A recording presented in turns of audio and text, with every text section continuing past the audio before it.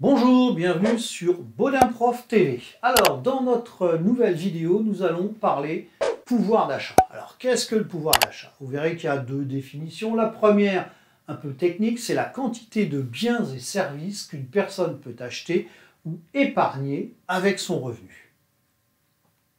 Vous voyez ici les revenus d'une personne. Avec ça, vous voyez ce qu'elle peut acheter. Donc, une maison, voiture, elle peut s'alimenter, se vêtir, aller chez le coiffeur, etc. Donc là, bon, on est sur un pouvoir d'achat important dans mon exemple, puisque beaucoup de revenus. La définition la plus simple, on va dire, c'est tout simplement, c'est le cas de le dire, la capacité d'achat d'une personne. Alors là, on va prendre des revenus plus faibles, et donc des achats plus restreints. On est sur un pouvoir d'achat moins important. Alors, le pouvoir d'achat va être influencé par l'inflation. L'inflation, c'est la hausse généralisée des prix. Si vous voulez plus de détails, en haut à droite, s'affiche une vidéo qui vous parlera de l'inflation. Alors, prenons un exemple, un graphique. En bleu, c'est la courbe de l'inflation. Et on voit l'évolution, donc, sur une base 100, ça veut dire que les prix, là, augmentent, jusqu'à 108 l'année 3.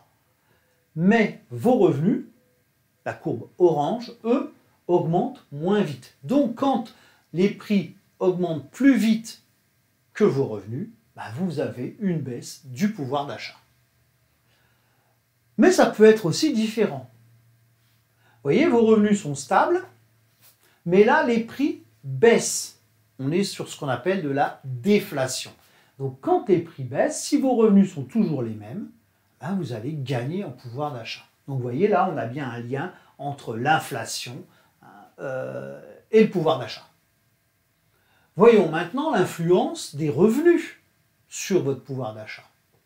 Premier cas, vos revenus, voyez, sont supérieurs à l'inflation, à la hausse des prix. C'est-à-dire que l'évolution de vos salaires sont supérieures à celle des prix. Là, vous allez avoir une hausse du pouvoir d'achat. Mais on peut avoir un autre élément. L'inflation est stable. Et là, d'un seul coup, vos revenus baissent. Pourquoi vont-ils baisser? Tout simplement parce que vous pouvez vous retrouver à la retraite. À la retraite, votre pension va être moins importante que vos salaires. Vous pouvez vous retrouver au chômage. On peut augmenter vos cotisations sociales, etc. Donc, il y a plein de raisons qui font que vos revenus peuvent baisser. Et là, donc, on voit bien que vos revenus ont baissé plus que le niveau des prix, et là vous allez avoir une baisse de votre pouvoir d'achat. Alors il y a aussi une autre influence sur votre pouvoir d'achat, c'est la région dans laquelle vous êtes situé. Tout simplement parce que le prix du logement peut être très différent. Que vous habitiez à Paris ou dans une petite ville de province, vous savez très bien que les prix à Paris des logements sont beaucoup plus importants. Donc ça va grignoter votre pouvoir d'achat. Les salaires peuvent avoir un effet inverse. On a des rémunérations plus élevées dans les grandes métropoles qu'à la campagne. Et puis, les prix des biens et services, là aussi, peuvent fluctuer, que vous soyez en centre de grande ville ou à la campagne, les prix peuvent être différents. Ce qui fait que votre pouvoir d'achat va évoluer selon la région dans laquelle vous êtes, ce qui peut entraîner un choix de vie, si vous pouvez avoir besoin de changer de région pour peut-être gagner en pouvoir d'achat. Donc, une influence moins importante que les deux premières que l'on a vues juste avant. Alors, maintenant, comment est calculé ce pouvoir d'achat? Vous avez vu qu'on a pris les revenus et on a pris l'inflation. Donc, on va les comparer. Alors, on va les comparer entre les revenus bruts et l'évolution des prix. Alors, qu'est-ce qu'on parle qu'est-ce que les revenus bruts? C'est tout simplement vos salaires bruts ou vos pensions brutes auxquelles on va ajouter les différentes prestations sociales. Que vous ayez des allocations familiales, allocations logement et autres. On va aussi ajouter les revenus de l'épargne. Si vous disposez d'un livret de caisse d'épargne, livret A comme on dit, vous pouvez engranger un petit peu de revenus avec ça. Vous pouvez aussi avoir des revenus du patrimoine, par exemple tout ce qui est logement locatif ou des loyers que vous percevez de vos locataires. Et à cela, on va retirer vos cotisations sociales sur les salaires ou les pensions, et on va retirer vos impôts et taxes. Donc ça, c'est le côté revenu. Maintenant, le côté évolution des prix, eh ben, on va simplement prendre l'indice des prix à la consommation.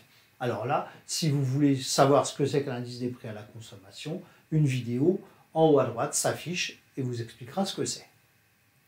Allez, un petit exercice. Donc je vous laisse, vous mettez sur pause, je vous laisse réfléchir et c'est à vous de savoir si ça augmente ou si ça fait baisser le pouvoir d'achat. Je vous retrouve pour la correction. Alors corrigeons. L'augmentation du taux des livrets d'épargne. Votre livret d'épargne, c'est de l'argent que vous épargnez. Si les taux augmentent, à votre avis, eh oui, ça va augmenter votre pouvoir d'achat.